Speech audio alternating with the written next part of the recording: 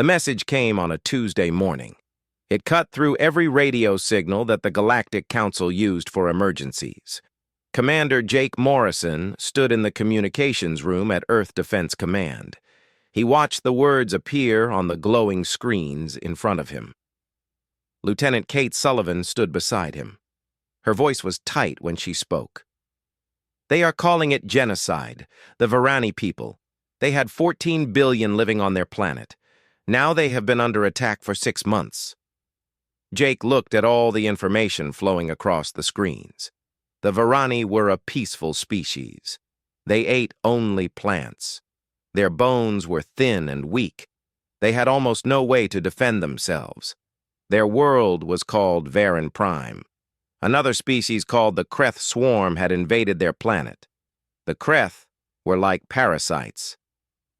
They ate everything on the planets they attacked. Has the Council done anything to help them? Jake asked. Kate shook her head. They said it was too late 3 weeks ago. They said it was too dangerous. The Kreth have more than 200 warships flying around the planet. They have billions of soldiers on the ground. 6 different alien races sent armies to help. All of them died. Jake turned to look at his second officer, Lieutenant Ben Carter. What ships and soldiers can we send? Ben looked at his computer pad. We have the carrier Valkyrie. We have 3 destroyers. We have 2 battalions of Marines.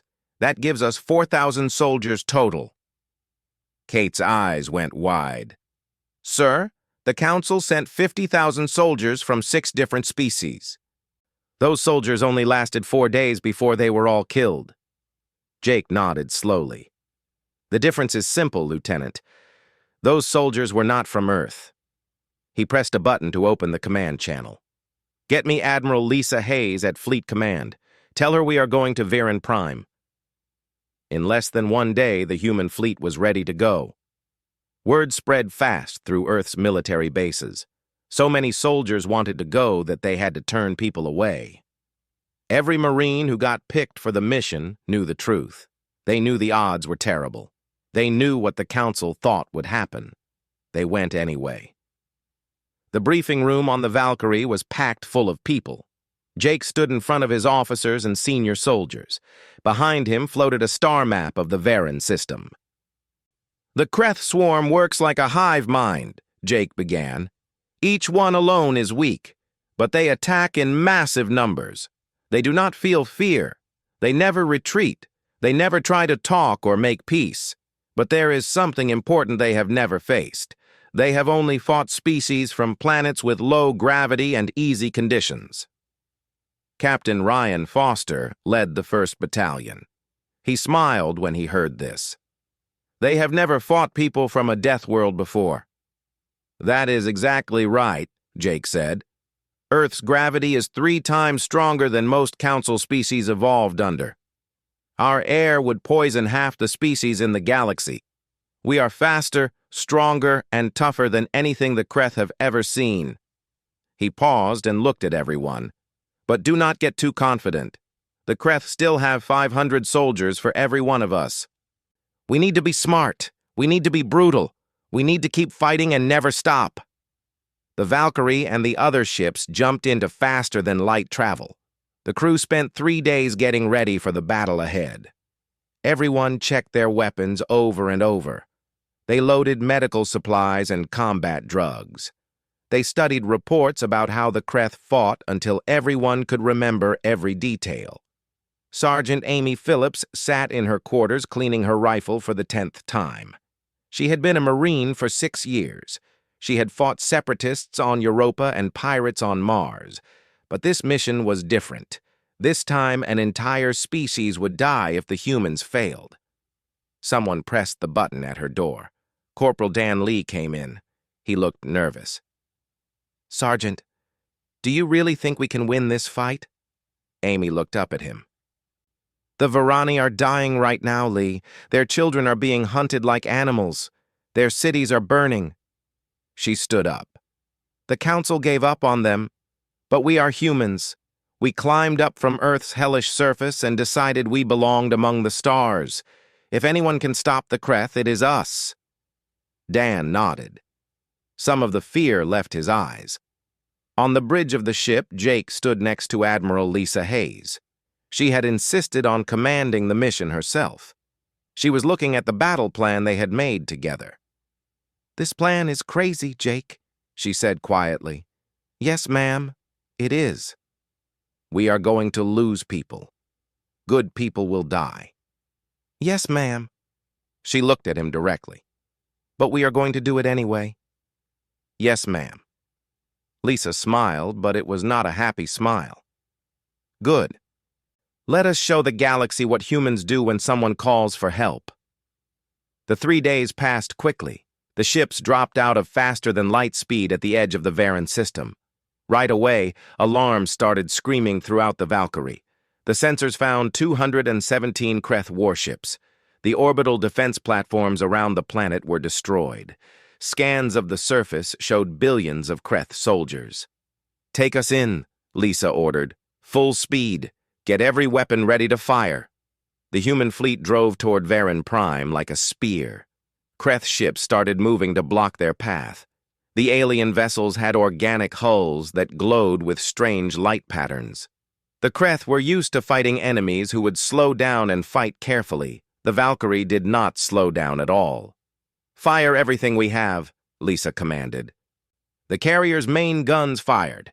They shot projectiles at incredible speed. Hundreds of missiles followed behind them, screaming through empty space. The first Kreth ship exploded into pieces. It had never faced weapons with such power before. "They are trying to surround us," the tactical officer said.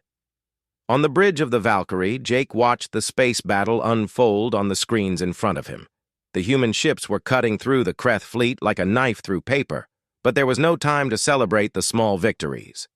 "We have broken through their orbital defense line," the tactical officer reported. "We have an opening."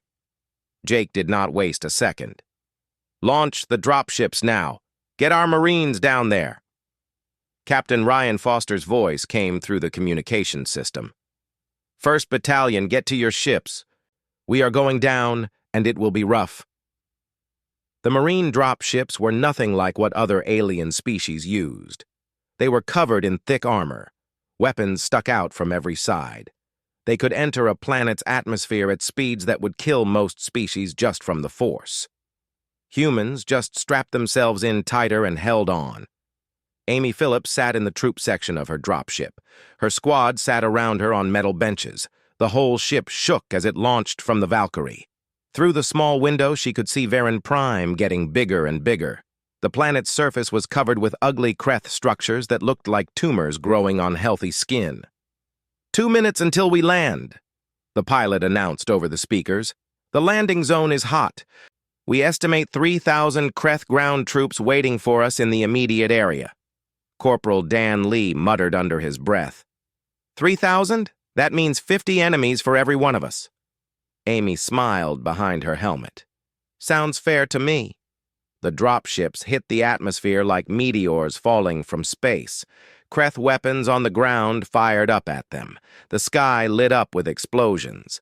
But the armor on the ships held strong. They came down fast in the ruins of what used to be a Varani city.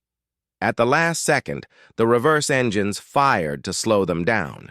The back ramps dropped before the ships even touched the ground. Marines ran out with their weapons already firing. Amy saw her first Kreth soldier and understood why other species had failed so badly. The creatures were like nightmares come to life. They had 6 legs and were as big as horses. Their jaws could bite through solid steel. They moved together with perfect timing, like one creature with many bodies, but they had never faced humans before. Amy's rifle kicked back against her shoulder as she fired. The bullets carried force that no Kreth armor could stop. The creatures made horrible sounds, somewhere between radio static and screaming.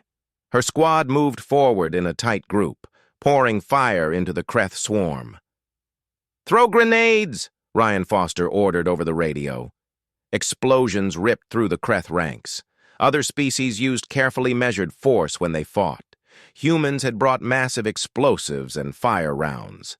The Kreth hive mind struggled to understand such overwhelming violence.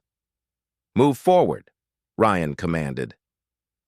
"Do not give them time to regroup." The Marines pushed ahead like an unstoppable machine. Every human soldier had been shaped by Earth's brutal evolution. They could fight for hours without getting tired. Their reflexes were honed by growing up on a planet that tried to kill them every day. Against the Kreth's huge numbers, the humans brought better weapons, better tactics, and pure, stubborn refusal to quit. Ben Carter ran the battle from his command station. "2nd Battalion is securing the southern area. The 3rd wave is landing at the next coordinates. The Kreth are pulling soldiers from the west to fight us." Jake studied the tactical map. "They are reacting exactly like we predicted. The hive mind is smart, but it thinks only in terms of overwhelming force. It does not understand fake attacks or strategic retreats." "That makes sense," Ben said. "No species they fought before could ever make them retreat." "Time to change that," Jake replied. "Send the signal. Operation Hammer starts now." Far above the planet, Admiral Lisa watched the ground battle with satisfaction. "The Kreth are pulling their orbital ships down to support their ground forces.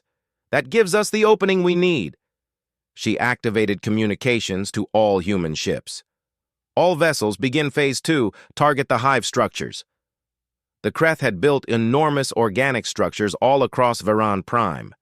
These were breeding facilities and command centers. The destroyers, Relentless, Havoc, and Warhound broke away from the main fleet. They dove toward the planet, their plasma cutters charged up, weapons that burned as hot as the surface of a star. The first hive structure died in a column of white fire that reached into the sky. Then the second one burned. Then the third. On the ground, Kreth warriors suddenly stumbled and fell. Their perfect coordination was disrupted.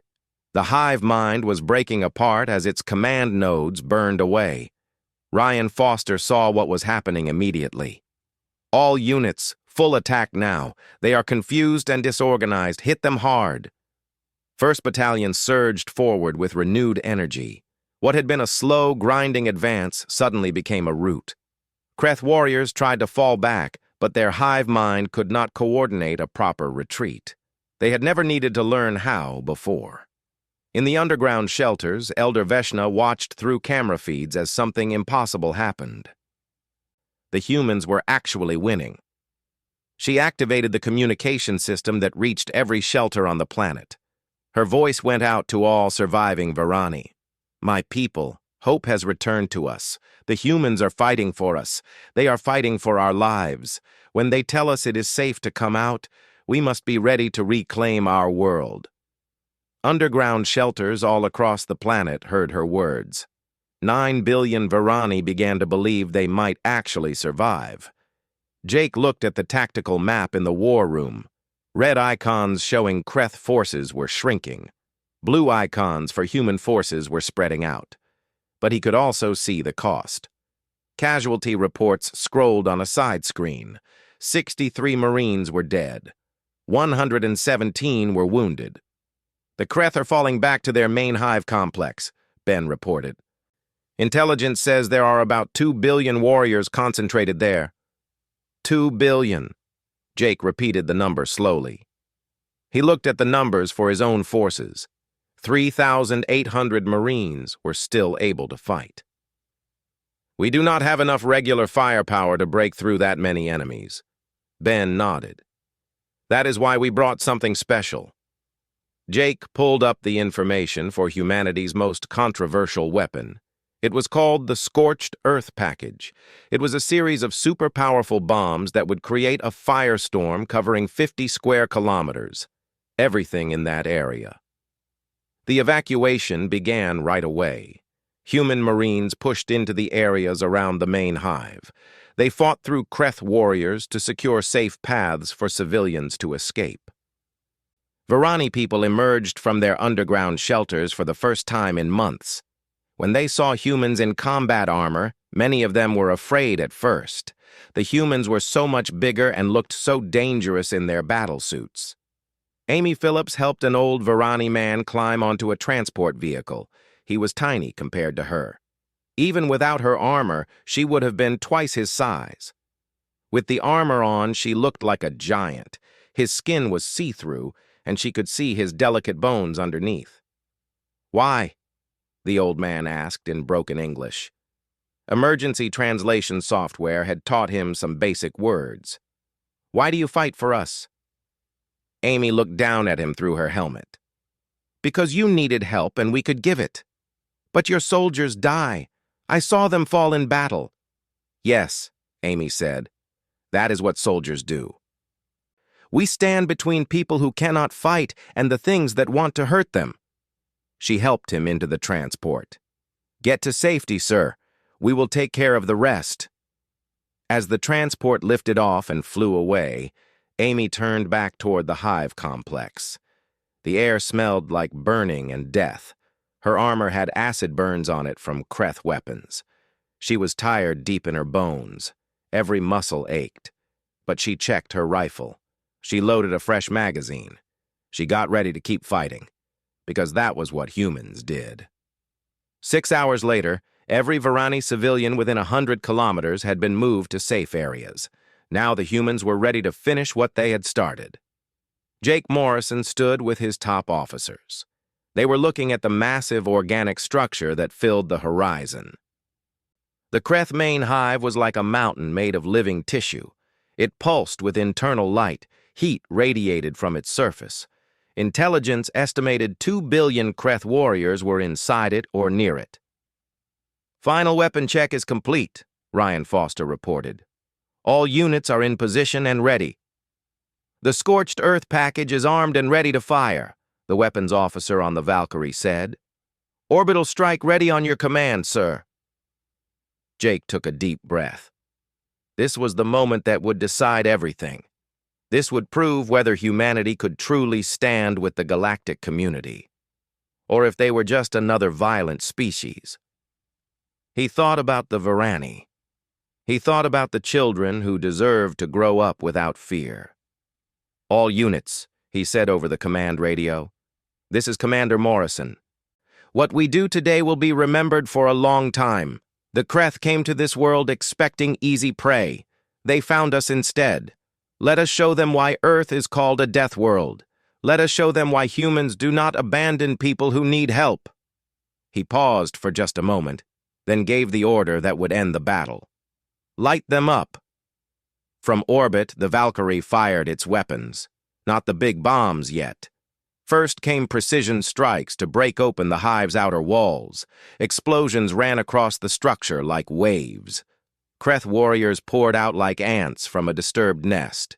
There were billions of them, a flood of chitin and snapping jaws. They charged toward the human lines with absolute confidence. They had overwhelming numbers. The Marines opened fire. Human weapons were the result of a species that had fought wars against itself for thousands of years. They had rail guns that could punch through starship armor. They had plasma rifles that burned as hot as fusion reactors. They had explosive rounds designed to kill things humans had only imagined in nightmares. Against the Kreth swarm, it was almost enough. "The left side is being pushed back," Ben Carter reported. "They are taking heavy casualties." Jake watched the tactical display. The Kreth were learning and adapting their tactics. The hive mind had studied how humans fought and was adjusting its approach. "Pull the left flank back to secondary positions. Let the Kreth advance into the kill zone." As the Marines pulled back, the Kreth surged forward. They thought they had broken the human line. They poured into a valley between two ridges, eager to finish the kill. "Now," Jake ordered. Hidden artillery guns opened fire. The valley turned into hell on Earth. Special bombs exploded overhead. They consumed all the oxygen and ignited everything in a massive pressure wave. Hundreds of thousands of Kreth warriors died in seconds, but more kept coming. Always more. On the ground, Amy Phillips was down to her last ammunition magazine. Her squad had been fighting for 4 hours without a break. They had been falling back in controlled patterns, setting traps, making every meter of ground cost the Kreth dearly. "How many more are there?" Dan Lee asked. His voice was rough with exhaustion. It does not matter, Amy replied. Her tactical display showed millions of Kreth still active. We hold this line until the commander says we can leave. A Kreth warrior burst out from cover on her left side. Amy spun and pulled the trigger, but her rifle clicked empty. The creature jumped at her. She met it with her combat knife. She used the blade to push away its snapping jaws. Then she drove the knife into its neural cluster. The Kreth fell dead, but two more took its place immediately. Dan was there in an instant. His rifle blazed. The two Kreth fell. Thanks, Amy gasped for breath. That is what squads do, Dan replied. All across the battlefield, similar scenes played out, humans fighting with everything they had. They refused to break despite impossible odds. The Kreth hive mind registered something it had never seen before, an enemy that got more dangerous when cornered. In the war room of the Valkyrie, Jake watched casualty reports climb higher and higher. 400 dead now, 800 wounded. They could not keep this up much longer. Sir, the weapons officer said, if we are going to use scorched earth, it needs to be now. Once our forces get too mixed with the Kreth, we will not be able to fire without killing our own people. Jake looked at the display. His Marines were giving everything they had. They were buying time for this exact moment. He activated the communication channel to all forces. All ground forces, this is Morrison. Fall back to evacuation points. I repeat, fall back now. You have 3 minutes. The orders spread through all the Marine companies. Soldiers who had been holding defensive positions began fighting their way back. The Kreth sensed victory coming. They surged after the retreating humans. Ryan Foster's voice cut through the command radio. 1st Battalion is clear. 2nd Battalion is clear. 3rd Battalion, what is your status? There was static on the line. Then a voice rough with pain came through. 3rd Battalion is pinned down. We have wounded soldiers. We cannot move them fast enough. Jake's jaw tightened. How long do you need? On the ground, 3rd Battalion heard the radio exchange. They knew the entire battle plan was being delayed for them. Every soldier understood what that meant. The commander was risking the whole mission to save them. Soldiers who had been exhausted suddenly found new strength. They picked up their wounded friends and ran. Marines with broken bones kept moving. Those who could still fight provided covering fire. Amy Phillips was attached to 3rd Battalion for this phase of the battle. She helped carry a Marine whose leg was shattered. The man was screaming in pain, but she did not stop moving. Behind them, Kreth warriors charged forward. Keep moving, she yelled to everyone around her. Do not look back, just run! They reached the evacuation point with 30 seconds to spare. Dropships came swooping down from the sky. Their ramps were already opening before they touched the ground. Marines piled into the ships, cramming in as tight as they could. Amy was the last person up the ramp. She turned and fired one final burst at the pursuing Kreth before the ship lifted off. 3rd Battalion is clear, Ryan reported over the radio. Jake allowed himself one breath of relief. Execute scorched earth. The Valkyrie fired from orbit. 15 massive bombs fell from space. Each one carried enough explosive power to level an entire city. They hit the main hive complex and the surrounding area at exactly the same moment. The explosion could be seen from space. A fireball rose kilometers up into the atmosphere. The shockwave flattened everything within 50 kilometers. The temperature in the impact zone went higher than the surface of the sun for 3 full seconds. When the fire finally cleared, the main hive complex was gone. So were the 2 billion Kreth warriors it had contained. In their place was a crater of melted glass. It was still glowing red from the heat. The Kreth presence on Varen Prime had been burned away. In the underground shelters, Varani watched through their sensors. The threat that had hunted them for 6 months was erased in fire. Elder Veshna's hands shook as she tried to process what she was seeing. They did it, she whispered. The Deathworlders actually did it. 3 days passed. The battle was truly over. Marine patrols hunted down the last Kreth warriors hiding across the planet. The orbital fleet was completely destroyed. Every Kreth on or around Varen Prime was dead. The threat was over. But the cost was visible everywhere Jake looked. Commander Jake Morrison stood in the ruins of what used to be Varen City 1. The casualty report sat heavy in his mind. 743 Marines had been killed. Over 2,000 were wounded. The Valkyrie had taken damage from Kreth biological weapons. It would need months of repairs. 2 of the destroyers, Havoc and Relentless, had suffered critical damage. They would need to be completely rebuilt. And Varen Prime itself was badly scarred. The scorched earth strike had left a dead zone that would take decades to recover. The Kreth had eaten so much of the planet's life that the whole ecosystem might collapse. Elder Veshna approached him. She had assistants with her on both sides. Up close, Jake could see how the last 6 months had aged her. She looked fragile, like she might break. But her eyes were clear and focused. "Commander Morrison," she said through her translation device, "my people wish to thank you." "We did what anyone should have done," Jake replied. "But no one else did," Veshna said. "The Galactic Council declared us lost. 6 different species sent help. All of them pulled back when the cost got too high. Only humans stayed." She pointed at the scarred landscape around them. "You saved 9 billion of my people. You lost your own soldiers to do it." Jake looked at the memorial being built nearby. Holographic names of the fallen Marines were already scrolling across its surface. Those soldiers knew what they were signing up for. They died so your people could live. That is not a cost, Elder. That is a choice we made willingly. "Why?" Veshna asked. This question had troubled her since the humans first arrived. "Why would you sacrifice so much for people you had never met?" Jake thought about his answer carefully. Earth is not an easy world. The gravity is too strong. The temperature is too hot. Everything on Earth is dangerous.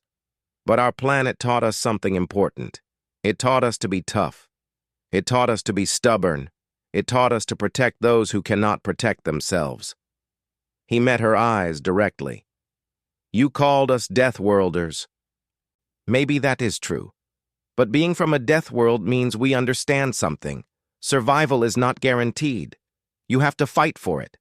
And sometimes, you have to fight for others to survive too. Veshna nodded slowly. The galaxy will hear about this. They will hear that when the Council abandoned us, humans came. They will hear that Deathworlders saved our entire species. Let them hear something else too, Jake said. Let them hear that the Varani survived, that you will rebuild your world, that the Kreth did not win. Over the next few weeks, things got more stable. The Galactic Council sent official observers to see what had happened. They were shocked that humans had done what 6 species together could not do. Their reports were very careful and formal. They noted human combat effectiveness and tactical methods. But the real story spread through unofficial channels. Recordings from Varani civilians showed humans fighting. Stories spread about Marines who had protected Varani children with their own bodies. People heard about the human commander who delayed an orbital strike to save his own soldiers, even when it risked the entire mission. Admiral Lisa Hayes met with Jake on the observation deck of the Valkyrie. They looked down at Varen Prime below them. "Command wants us back on Earth," she said. "There are going to be hearings about our use of those big bombs. There will be debates about whether we had the authority to intervene at all." "Politics," Jake sighed. "Politics," Lisa agreed. "But between you and me, what we did here mattered. Those 9 billion Varani are alive because we did not walk away when things got hard." 743 Marines are not alive, Jake said quietly. "No," Lisa admitted. "But they died on their feet, fighting for something that mattered. There are worse ways to go." 1 month later, the human fleet prepared to leave Varan Prime. Thousands of Varani gathered to watch the ships depart. They raised their four-fingered hands in their traditional gesture of farewell. Elder Veshna sent one final message to the humans. Humans of Earth, you came when others abandoned us. You fought when victory seemed impossible. You sacrificed your own lives so we might live. The Varani will never forget this. We were a dying race, hiding in darkness, waiting for the end to come. You brought light. You brought hope. You brought fury against those who would destroy us. She paused, and her next words carried emotion even through the translation. The galaxy calls you Deathworlders, as if that word is a curse. Let them call you that. We know the truth. You are Deathworlders, yes. But you are also life-bringers. You left nothing of the Kreth standing. But you left us standing. And we will rebuild. The human ships activated their drives and jumped to faster-than-light travel. Behind them, Varan Prime began the long process of healing. The scars would remain for decades. But so would the Varani people. On Earth, news of the Varan operation spread quickly. Public opinion was divided. Some people praised the military for saving an entire species. Others criticized the casualties and the cost. Politicians argued in their chambers. News analysts debated on their shows. But in military academies across all of human space, the Battle of Varan Prime became required study. Students analyzed every detail. They took it apart piece by piece. They turned it into doctrine. The tactics, the sacrifice, the sheer refusal to quit became the template for how humans would approach warfare from that day forward. And in the broader galaxy, things began to change. The Galactic Council had believed humans were too aggressive, too violent, too much like the threats they were supposed to face. The Varan operation forced them to reconsider everything. Aggressive? Yes. Violent when necessary? Absolutely. But also brave beyond measure. Willing to sacrifice themselves, unwilling to abandon those in need. Other species began to quietly reach out to Earth.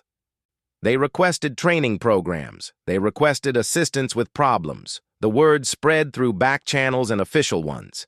If you needed something impossible done, if you needed someone to stand against overwhelming odds, you called the Deathworlders from Earth.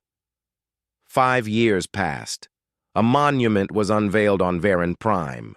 It stood in the heart of the rebuilt capital city. The structure was made of polished stone and reached high into the sky. Carved into its surface were the names of every human who had died defending the Varani. At the top of the monument was a simple message written in both Varani script and English. It read, "They came when others would not. They fought when hope was lost. They died so we might live. Humanity, the death world's finest gift to the stars." Elder Veshna stood before the monument. She was older now, but the world around her was thriving. Varani children played in the streets. They were living the lives they would have been denied without human intervention. "They left nothing of the enemy standing," she said to her assistant. "But they left everything of us standing. That is the lesson we must remember. That is what Deathworlders truly are, not destroyers, but protectors. They will destroy anything that threatens those they choose to defend." Far away on Earth, Jake Morrison had retired from active military service. His government had given him every military honor they could award. Medals filled a case in his home. Commendations from world leaders hung on his walls. But the thing he kept on his desk was not a medal or a fancy certificate. It was a small holographic image that the Varani had sent him. The image showed a Varani child who looked about 5 years old by their standards. The child was holding a flower in its delicate hands. The message that came with the image was simple. It said, "I am alive because of you. Thank you." That image, Jake thought, was worth everything. It was worth the nightmares that still woke him at night. It was worth the scars he carried on his body. It was worth the names of fallen soldiers that he carried in his heart every single day. Because someone had needed help, and humans had answered that call. And in the end, that was what being a Deathworlder truly meant. It was not just about surviving on the deadliest planet in the galaxy. It was not just about being stronger or faster or tougher than other species. It was about using that strength to protect those who could not protect themselves. The galaxy had learned a new lesson during the Battle of Varan Prime. Never threaten the helpless when humans are watching. Because Deathworlders do not just fight harder, faster, and meaner than anyone expects. They fight with purpose, they fight for a reason, and they never leave anyone behind. Sergeant Amy Phillips, now promoted to lieutenant, taught tactics at the military academy on Mars. Her students were young Marines preparing for their first deployments. When she taught them about Varan Prime, she always emphasized the same points. "We did not win because we had better technology," she would tell them. "Other species had good technology too. We did not win because we had more soldiers. We were outnumbered 500 to 1. We won because we refused to accept that the Varani were already lost. We won because we chose to stand and fight when everyone else had given up." She would pause and look at each student. "That is the responsibility that comes with being from Earth. We are stronger than most species. We are tougher. We can endure things that would kill others. But strength without purpose is just violence. We use our strength to protect. We use our toughness to stand between danger and those who cannot defend themselves." Her students would nod, understanding the weight of what she was teaching them. In the Galactic Council chambers, representatives from hundreds of species gathered for their regular session. The council had changed in the 5 years since Varan Prime. Earth now had a permanent seat.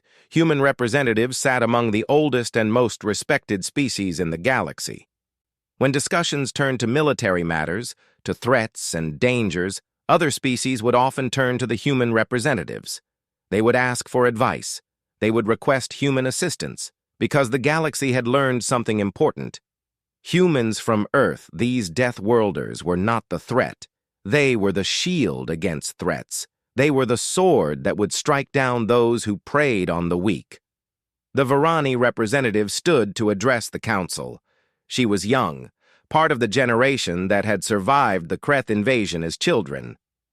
"My people propose a motion," she said. "We propose that any species facing extinction-level threats be granted the right to request human military assistance, bypassing normal council procedures." There was silence in the chamber. Then, one by one, species began to vote in favor. The motion passed with overwhelming support. The human representative, a diplomat named Helen Brooks, stood to respond. "Earth accepts this responsibility," she said simply. "But we hope we never have to use it.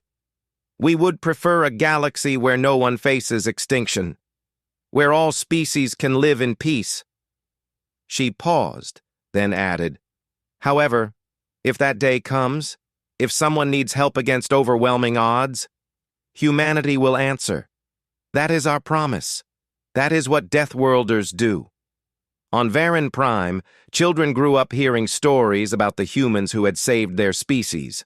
They learned about Commander Jake Morrison, Admiral Lisa Hayes, Captain Ryan Foster, Sergeant Amy Phillips, and all the others who had fought and died. The stories became legends. The legends became part of Varani culture. And every year on the anniversary of the battle's end, Varani across the planet would observe a moment of silence. They would remember the 743 humans who had fallen. They would look up at the stars and whisper thanks to the Deathworlders who had come when no one else would. The galaxy was a dangerous place. It always had been. But now it knew something it had not known before.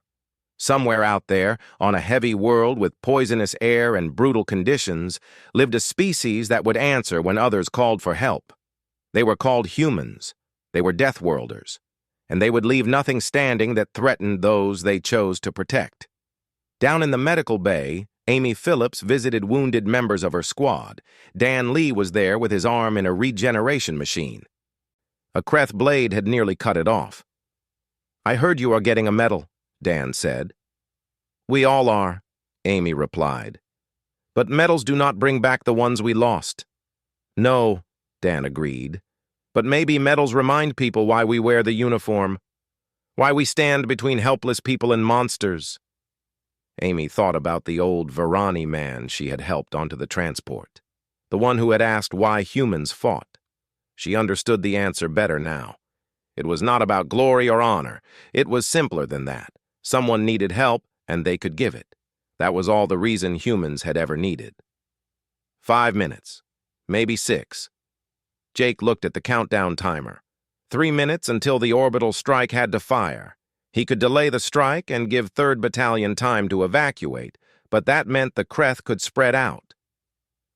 That would force the humans into more weeks of grinding combat, more casualties, more dead Marines, more time for the Kreth to kill Varani civilians. Or he could fire now and sacrifice 3rd Battalion, leave them behind to die. Every commander's worst nightmare, choosing who lives and who dies.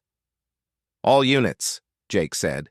His voice stayed steady despite the crushing weight of the decision. "Hold fire. 3rd Battalion, you have 6 minutes. Move fast." Ben Carter looked at him. "Sir, if we wait, the Kreth will spread out. Then we will hunt them down one by one if we have to," Jake replied. "I am not leaving anyone behind." Would die. The Kreth would die, but so would the local environment. "The Varani ecosystem is already dying from the Kreth infestation," Ben said quietly. "Intelligence reports say the Kreth have consumed 90% of the planet's biological material. The planet is already mostly dead." "But we would be the ones who killed it completely," Jake said. "Or we leave the Kreth there and they finish killing everything, including the remaining Varani." It was the terrible math that all military commanders had to do. Jake thought about the Varani hiding in their shelters. He thought about children who had watched their parents get eaten. He thought about families torn apart. "Prepare the scorched earth package," he ordered. "But first, I want every Varani civilian evacuated from the impact zone. No exceptions. We save them all." "That will take at least 6 hours," Ben warned. "The Kreth will use that time to make their defenses stronger." "Then we will fight harder," Jake said simply. "I will not burn civilians to save time." "Let them try," Lisa answered. "Destroyers, break away from the main group. Use hunter-killer pattern." The 3 human destroyers named Relentless, Havoc, and Warhound moved away from the Valkyrie. They were smaller and faster than the carrier. They carried new experimental weapons that Earth scientists had built just for this mission. Plasma cutters that could slice through organic material. Heat bombs that burned hot enough to turn water into gas instantly. The Kreth learned very quickly that humans fought by completely different rules than anyone else. Down on the planet's surface, the Varani huddled in shelters under the ground. They were waiting to die. They had watched other species come to help them. They had watched all of them get destroyed. Now their sensors showed new ships arriving. But the Varani had given up hope long ago. In the biggest shelter beneath the capital city, Elder Veshna sat listening to battle reports. Her eyes looked dead and empty. Her people numbered only 9 billion now. They had lost 5 billion in just 6 months. The Kreth killed 1 million Varani every single day. "Elder," her assistant whispered, "the new ships. They are winning the fight." Veshna looked up slowly. "Winning? They have destroyed 47 Kreth warships in only 20 minutes. They are breaking through the blockade around our planet." For the first time in many months, Veshna felt something other than despair. She felt a tiny spark of hope beginning to grow.